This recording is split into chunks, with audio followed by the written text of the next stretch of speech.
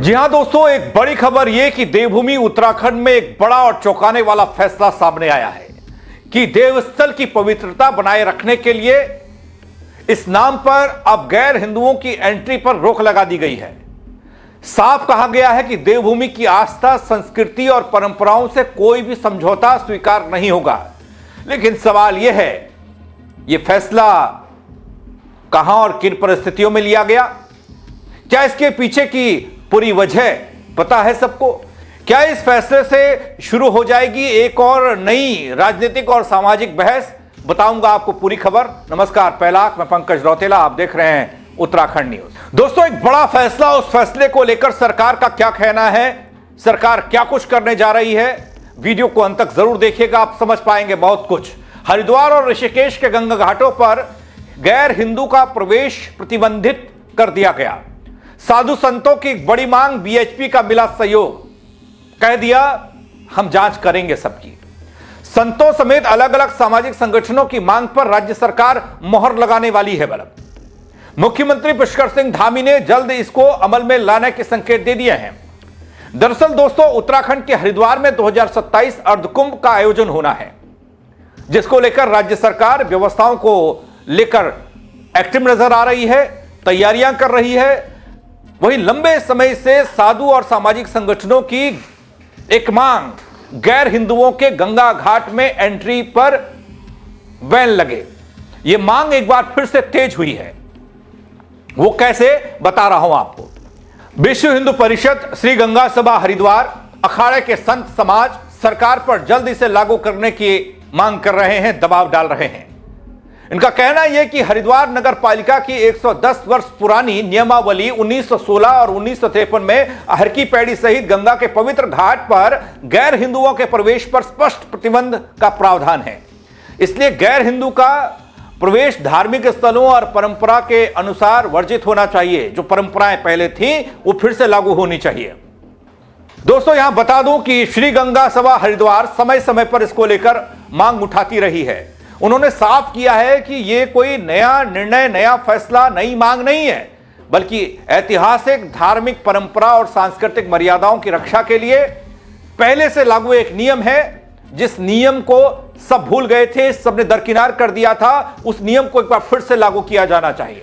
देखिए, हमारे आदरणीय अध्यक्ष जी ने एक विषय रखा था जो कि लंबे समय से यहाँ का बायलॉज बना हुआ है। वही बायलॉज अब पहले क्षेत्र के हिसाब से था, अब कुंभ का क्षेत्र बड़ा हो गया तो उसी हिसाब से उसकी मांग करते कुंभ क्षेत्र में इस प्रकार के लोगों की, किसी भी हिंदू की आवाजाही, स्थापन, किसी भी प्रकार का कार्य नहीं होना चाहिए। अब चूंकि हमारी पूरा क्षेत्र ये हमारे जिम्मे होता है, तो अब स्थितियाँ क्या है, पहले यहाँ भिखारियों का जमावड़ा रहता था, यहाँ वेंडर्स का जमावड़ा रहता था, आने वाले श्रद्धालुओं को दिक्कतें होती थी, बहुत सारी परेशानियाँ होती थी, फर्जी रसीद काटने वाले लोग होते थे। अब हमने हर आने जाने वाले जो रास्ते हैं वहाँ पर बाकायदा गार्ड लगा दिए गए हैं, हमारे वॉलंटियर सक्रिय हैं। तो हम लगातार उस स्थिति को सुखद बनाने के लिए वहाँ पर भ्रमण करते हैं, वहाँ की देखरेख करते हैं।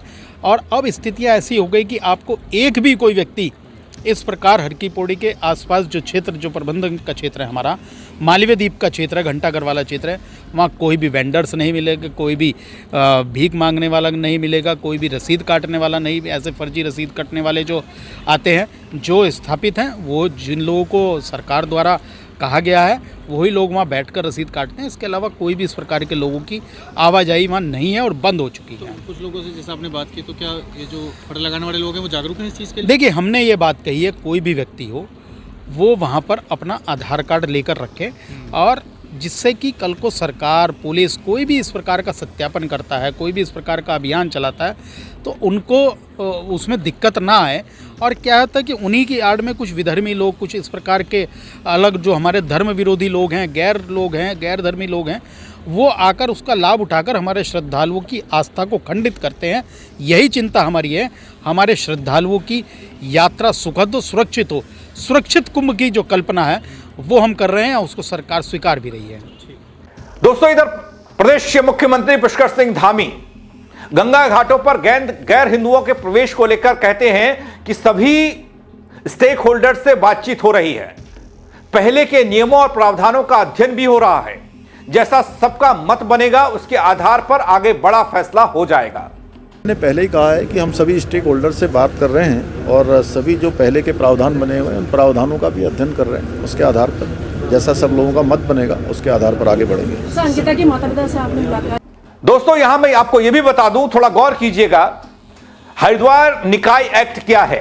हरिद्वार निकाय एक्ट 1954 के तहत हर की पौड़ी क्षेत्र के 8 किलोमीटर का वो दायरा जिसमें गैर हिंदुओं रात्रि विश्राम और कोई प्रॉपर्टी खरीदना इस सब पर रोक है, प्रतिबंध है।